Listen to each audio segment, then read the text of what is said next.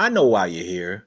You want Alienware performance, but don't want to pay the Alienware tax. Because it costs to get decent performance from any product from Dell, right? Other than Alienware. Or does it? Acura Honda, Infiniti Nissan, Genesis Hyundai, Toyota Lexus, Alienware's M series, Dell's G series. You get where I'm going here? Can getting the little sister of Alienware, Dell's G series, save you some cash without blowing the load? Pause. We about to find out. Let's get it.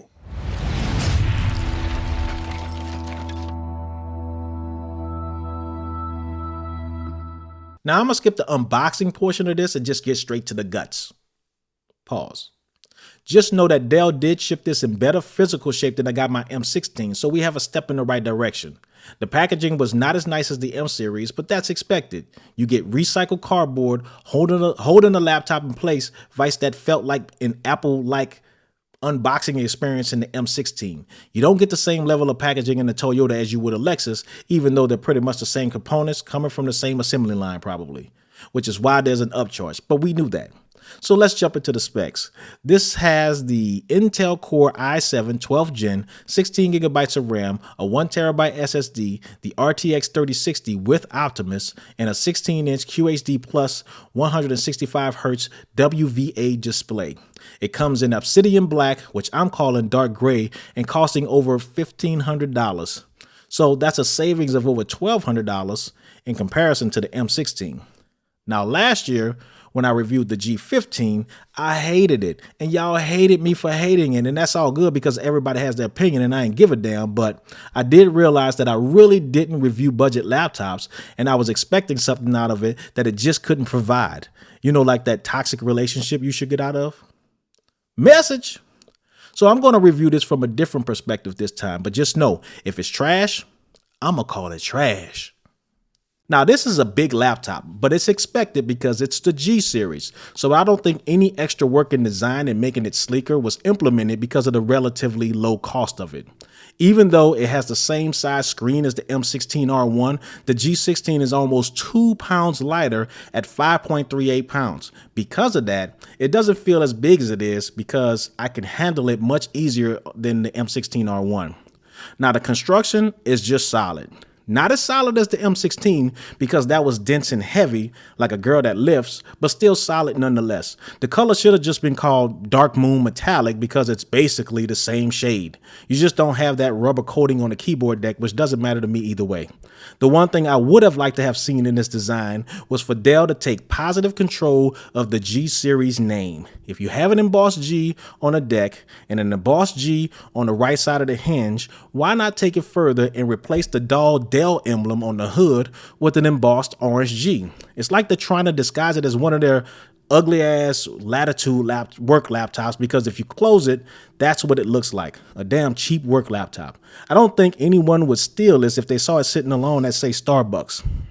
So Dell, if you're listening, be proud of both your kids. Care for the G series just as much as you care about the Alienware line. Don't make me call Dr. Phil on this. Now, the vents are in the exact same places as on the M series. One just over the keyboard, one on each side, and two on the back end and one on the bottom. The only difference here is it doesn't have that Alienware honeycomb fancy design that covers them. Now, the hinge is the exact sticky feeling hinge of the M16 or the M series in general. Same parts, so I assume the same reliability. The screen flex here, though, is just a tad more rigid than on the M16. The RGB lighting, though, is not great, but because the deck is dark, looks much better than it should, which is a good thing. It's one zone, which I don't prefer, but understand because of the cost again. But the keyboard lighting is the only lighting you have. So Dell, again, put a damn lighted keyboard or lighted G on the hood somewhere so we can have some lights going. Now, the ports are a sad situation. 2 USB-A's on the right side, one Thunderbolt, another USB-A and an HDMI out in the rear, and an expandable Ethernet port on the left side along with the microphone headphone combo jack. It's no surprise that they didn't have more because if they did, it'd just be an M series. But they should have just put all the ports in the back like I like them because look at all that empty space. Looks cheesy AF. Now, before we get to the good stuff, let's talk about these guts. The last time I opened up the G15, it had an Alienware labeled motherboard. This time it's actually labeled Dell, so that's a good thing, but they still messed up. Quick sidebar here. If you want to change the keyboard lighting, you have to go to, get this, Alienware Command Center. I thought Dell would change, but it seems they're still letting their little brothers get the hand-me-downs from the older siblings, like Dell's wearing them Jordans that you get from TJ Maxx. Now, as far as cooling, and we'll talk about actual cooling later during the performance, but cooling hardware, we have some Element 31 tape covering the processor, and we have a shield covering the SSD.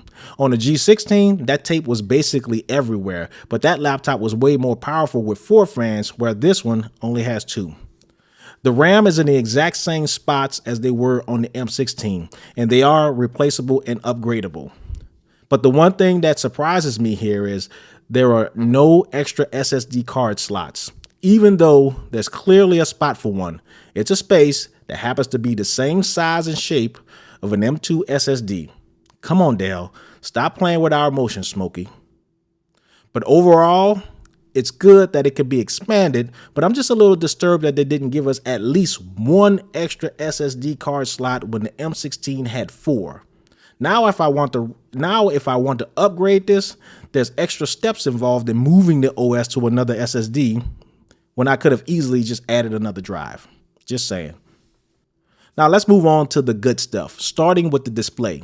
And I'm gonna keep this short and sweet. It's smooth at 165 Hertz, it's bright, and it's colorful. Not as bright and as vivid as the display on the M16, but still more than acceptable for this price point. It's crispy, and the blacks are quite good. There is some light bleed though, and it's more than I'd like, mainly in the top right corner, but smaller spots in the top left corner and a few minor spots along the bottom. It's not terrible though, as I've seen much worse. It just depends on what you're playing and if you're looking for them. If you're playing something dark and you're in a dark room, you'll see them more than if you're playing something bright and or in a lighted room. But overall, I'm giving it a B because it's way better than expected. Now, in my opinion, Alienware makes the best keyboards on the market, and this is just my personal preference. And this keyboard goes along the lines of a G series laptop. It's an Alienware light keyboard, no pun intended. It feels like the basic keyboard from the base model M15, like the R3 or R4 from a few years ago. The key travel is good, but the resistance could be better. It's kind of mushy, like, I don't know, like overcooked vegetables if you ask me. You'll still eat them because they're healthy, but you ain't got to like it. Now, the lighting, as stated before, is just okay and looks better because the deck is dark gray. This keyboard reminds me of an HP Omen, has that same look and feel, but at least the Omen had 4-zone lighting, or the option for 4-zone lighting. Now, the trackpad, and here's the disclaimer, I never like a trackpad unless it's on a MacBook, and this one is no different. It sits nicely in the deck, but it just feels soft in comparison to the M series, or hell, even the trackpad on my iPad keyboard.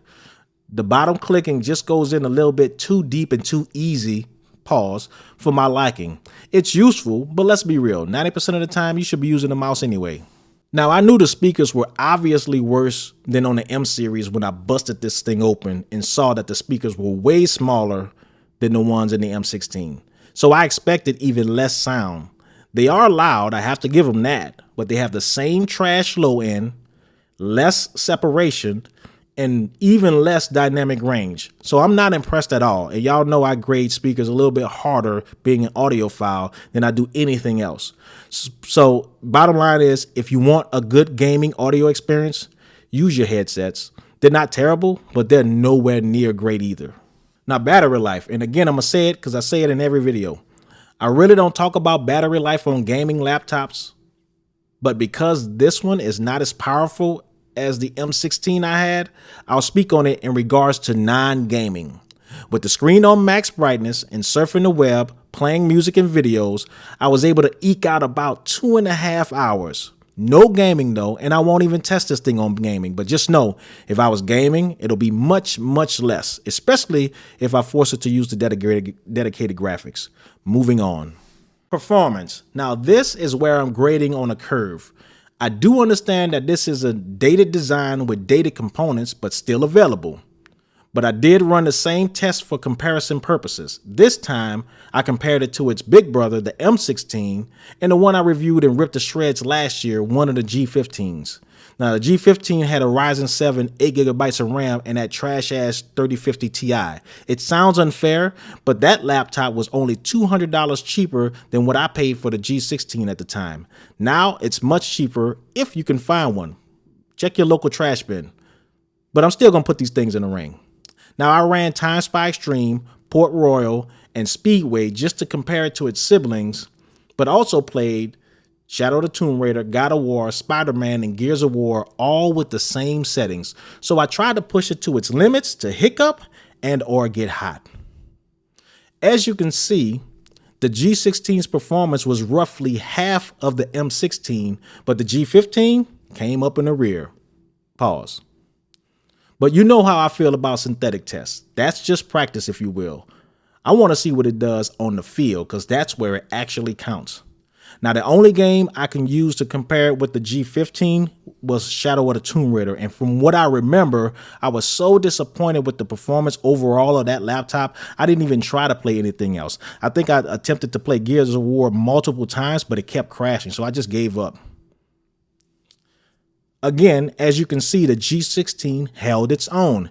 I had the settings, again, at the exact same as the M16, and though there was a drop in performance, sometimes as much as 40%, the games were very much playable and the graphics and detail looked crispy, which speaks to the validity of synthetic tests because there was a roughly a 50% performance gap then.